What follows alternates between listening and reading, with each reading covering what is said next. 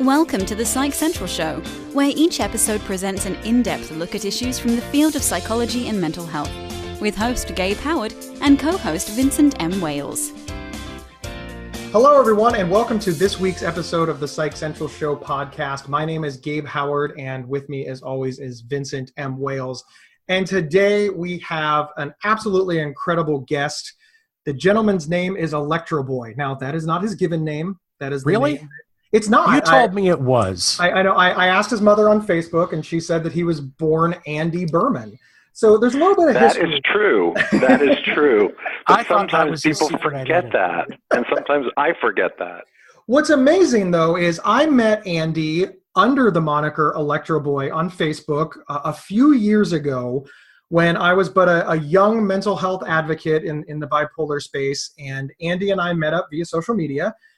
And Andy befriended me and taught me the ropes, and he taught me what a one sheet was. I didn't even know when I got started that I needed one, and Andy was like, wow, you are really, really far behind. But we became friends. We learned a lot from each other. I have learned an immense amount from him, and I am so glad to have him on the show. So Andy, say hello. Hello. Is that it? Is that all I have to do? This is so easy. Hello, and thanks you guys for having me on your show, and I hope I can shed some light on things that normally are not discussed or that I have not discussed, because I've been talking about mental health and specifically bipolar disorder for 15 years. Well, that's actually our first question right there. 15 years ago, a bright-eyed Andy Behrman came onto the scene. You wrote a New York Times bestseller, a great book by the name Electroboy, and that was over 15 years ago. What have you seen change in mental health advocacy in the last 15 years? Has it gotten better? I mean, well, first of all, I was not so bright-eyed when the book came out. I was really just getting well. But when Electroboy was published in 2002 by Random House, there were very few memoirs about mental health.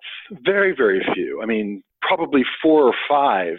It was not a crowded genre at all. And most importantly, men were not writing about their experiences with mental illness, and they were not talking about it. In fact, when I was diagnosed, I asked my doctor, because I researched everything I could, is bipolar disorder a woman's illness? Because I couldn't find anything written by a male.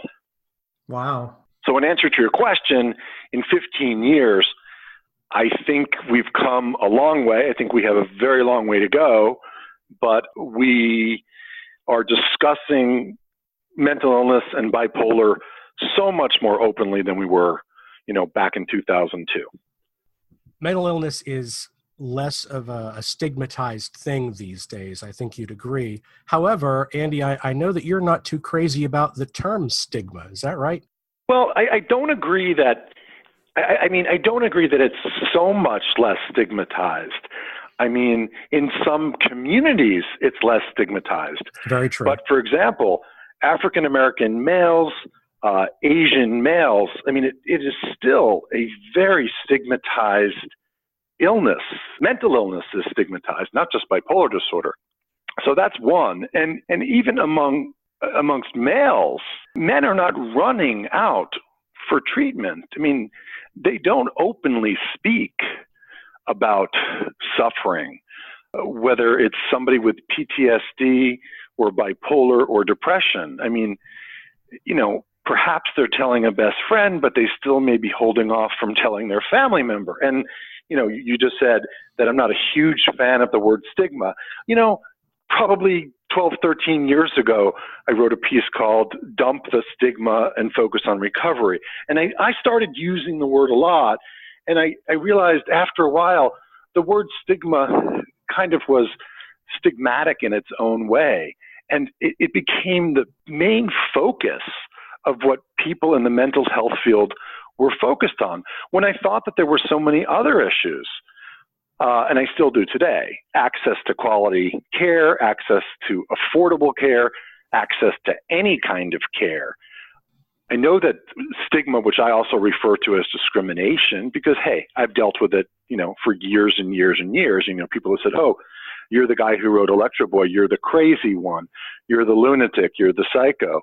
Yeah, it doesn't feel great to hear that. I take it, I take it in stride and I laugh it off. But I also tell people, hey, if I had diabetes, if I had a heart condition, you'd be pretty supportive of me. I'm sure you would be. Exactly. Gabe and I have said that to each other a lot over the years.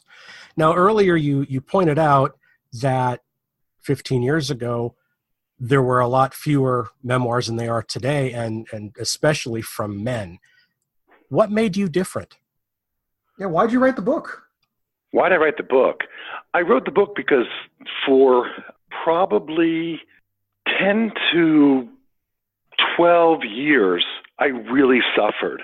I saw 9 different psychiatrists, 8 different therapists, tried 45 different medications, was on 14 at one time, had ECT treatment, every alternative treatment I could find. And I figured, God, I've been through it all.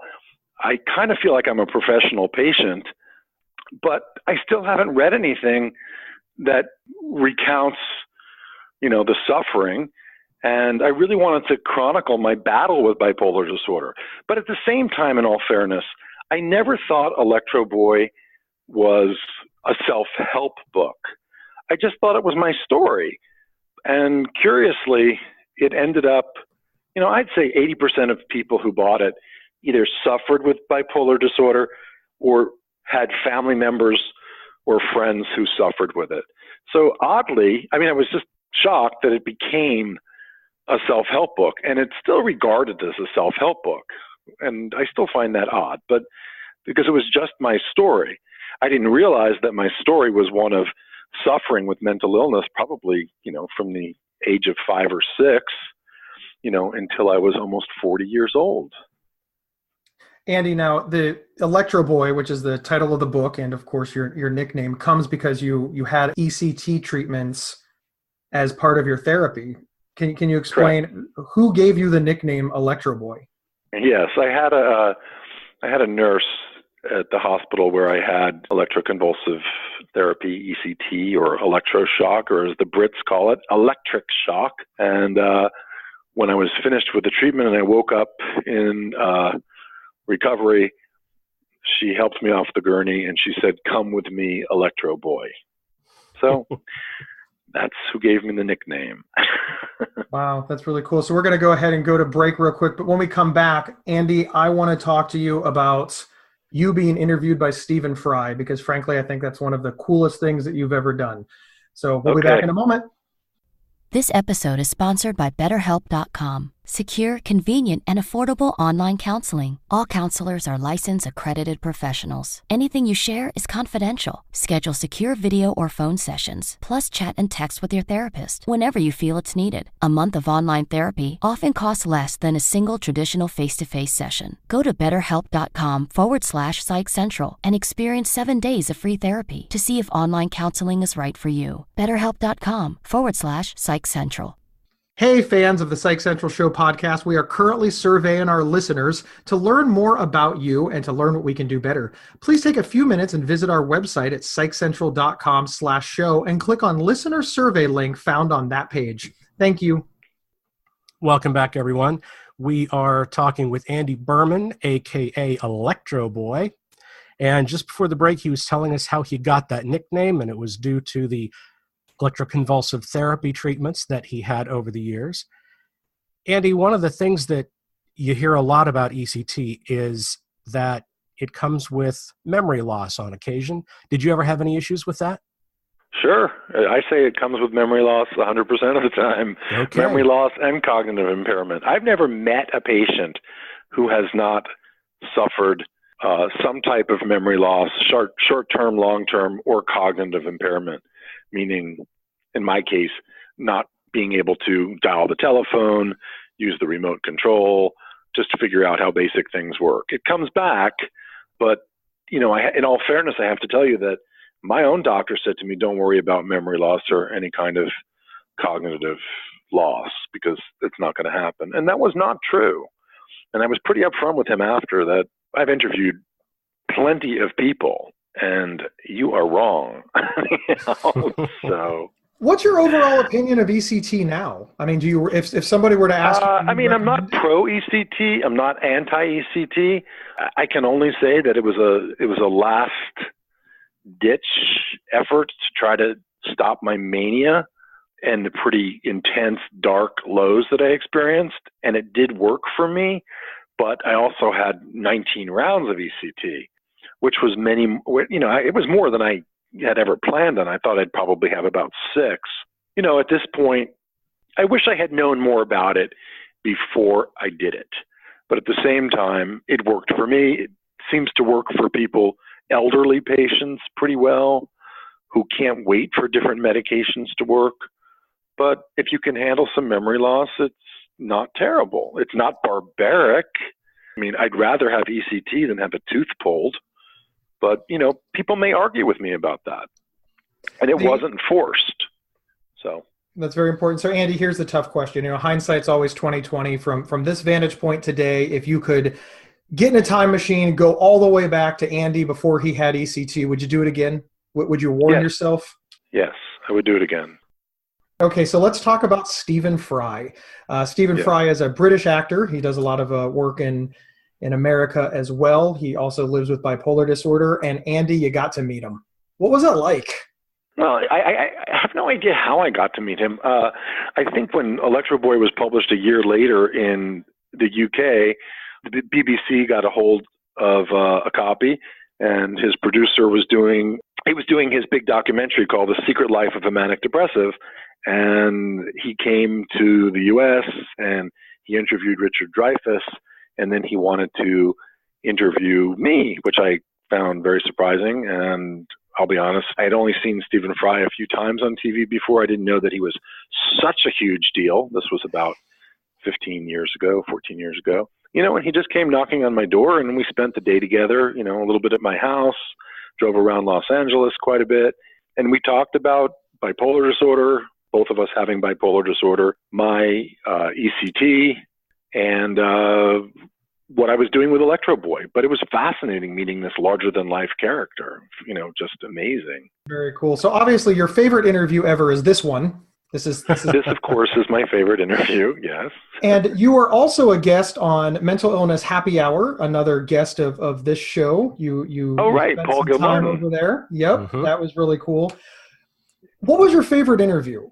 I mean, because in many ways, you are, and I love this, I'm getting excited just saying it, you're a bipolar rock star. And you've got to do some really, really thank you. Things. I mean, that's kind of a blessing and a curse.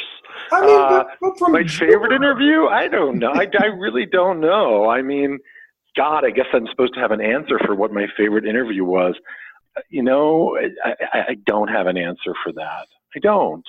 Well, we'll just pretend that it's this one, and you just leave me alone in my grandiosity, because that's where people with bipolar. This is it.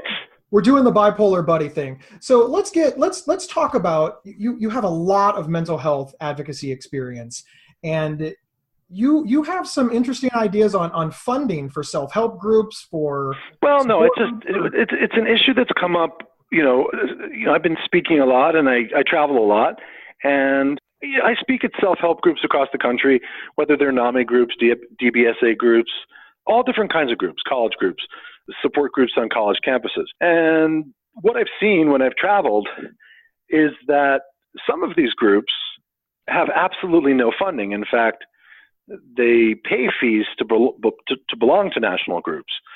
So if they meet once a month, and they have to pay $100 to meet in a recreational hall or a VFW hall or a community room, so they're not budgeted for that at all. Well, plus they have expenses too. I mean, if they want to serve just a little bit of food, plus they may have literature, plus they may have transportation. I mean, they need budgets. They have absolutely no budgets. So what they're doing is, they're raising money. I mean, you probably know this. They're selling Yankee candles door to door. They're having bake sales. And, it's just an extra strain on them.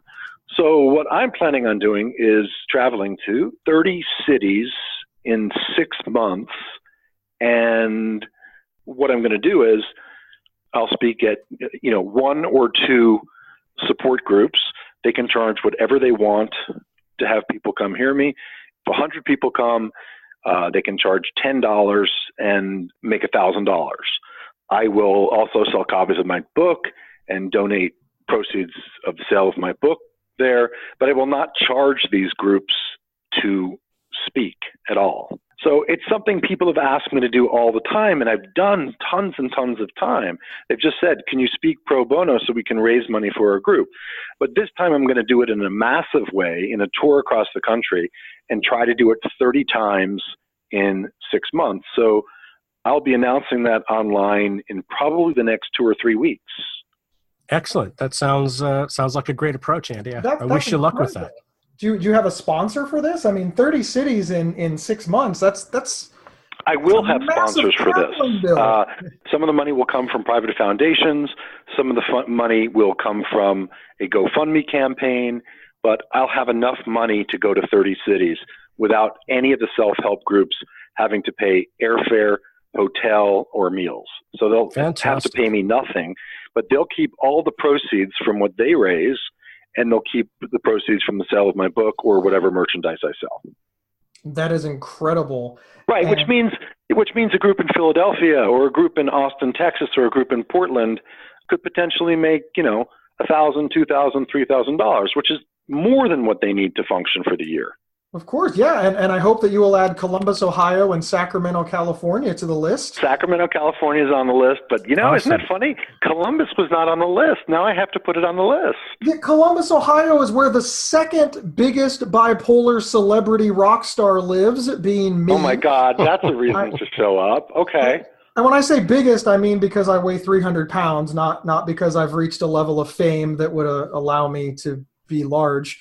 But yeah, we'd have to come. I'll share the stage with you, and I will also do it for free as long as. Okay, perfect. And you will not. So Columbus, but not Cleveland. No, I've been to Cleveland, but I've never been to Columbus. Okay. Oh, Columbus, Ohio is an incredible place, and I'll tell you what. To save you money, you can sleep in my guest room. Okay, perfect. I'm there. Okay. Now I haven't cleared this with my wife or my dog, but I think we should be okay. Okay. I think get back to me on that. So let's spin this back around. This is a heck of a career over 15 years. You've done a lot of good for a lot of people. You've written, obviously, the book, but you've written a ton of articles. You've interviewed a bunch of people. You've seen a lot, good, bad, and in between. To end the show, to sort of take us out on a high, what has been your favorite experience as far as helping a lot of people? I can speak for myself. When I was diagnosed, you're right. You were one of the only males that were out there for me to think, oh, wow, he's done some of the same things that I've done. You had the hypersexuality. Maybe. You had the depression. I guess I'd say, I remember speaking at University of California at Santa Barbara to a very large audience, like 1,000 students. And it was a particularly energetic speech and crowd. And I remember getting a phone call the next day from the dean of students telling me, you know what, you really got through to a lot of kids.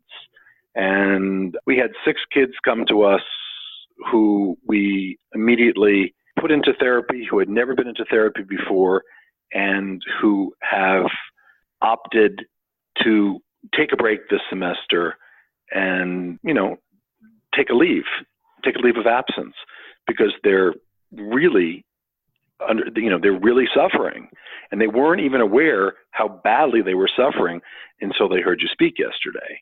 And it may not have been exactly the next day. It may have been, 2 days later. But I just thought, wow, 6 kids who potentially, could really have been in trouble and had never heard anyone tell their personal story, decided it was important enough to get help. I mean, that was a big one. I just thought reaching 6 kids was amazing. That's fantastic.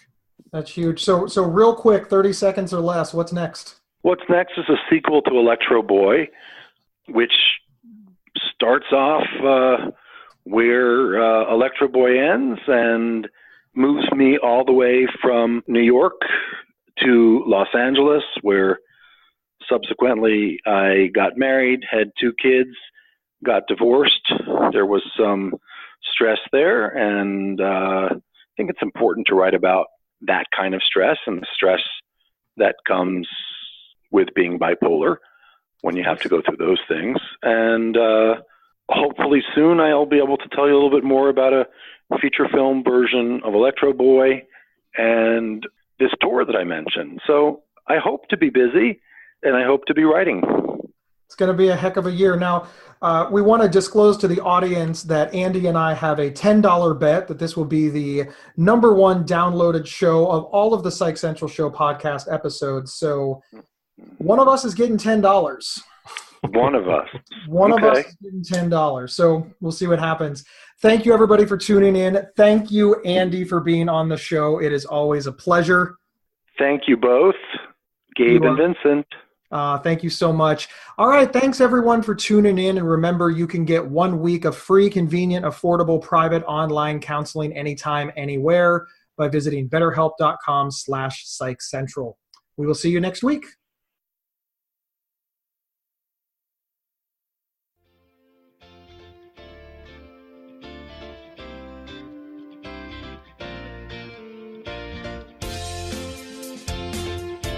Thank you for listening to the Psych Central Show. Please rate, review, and subscribe on iTunes or wherever you found this podcast. We encourage you to share our show on social media and with friends and family. Previous episodes can be found at psychcentral.com/show. Psychcentral.com is the internet's oldest and largest independent mental health website. Psych Central is overseen by Dr. John Grohol, a mental health expert and one of the pioneering leaders in online mental health. Our host, Gabe Howard, is an award-winning writer and speaker who travels nationally. You can find more information on Gabe at gabehoward.com. Our co-host, Vincent M. Wales, is a trained suicide prevention crisis counselor and author of several award-winning speculative fiction novels. You can learn more about Vincent at vincentmwales.com. If you have feedback about the show, please email talkback@psychcentral.com.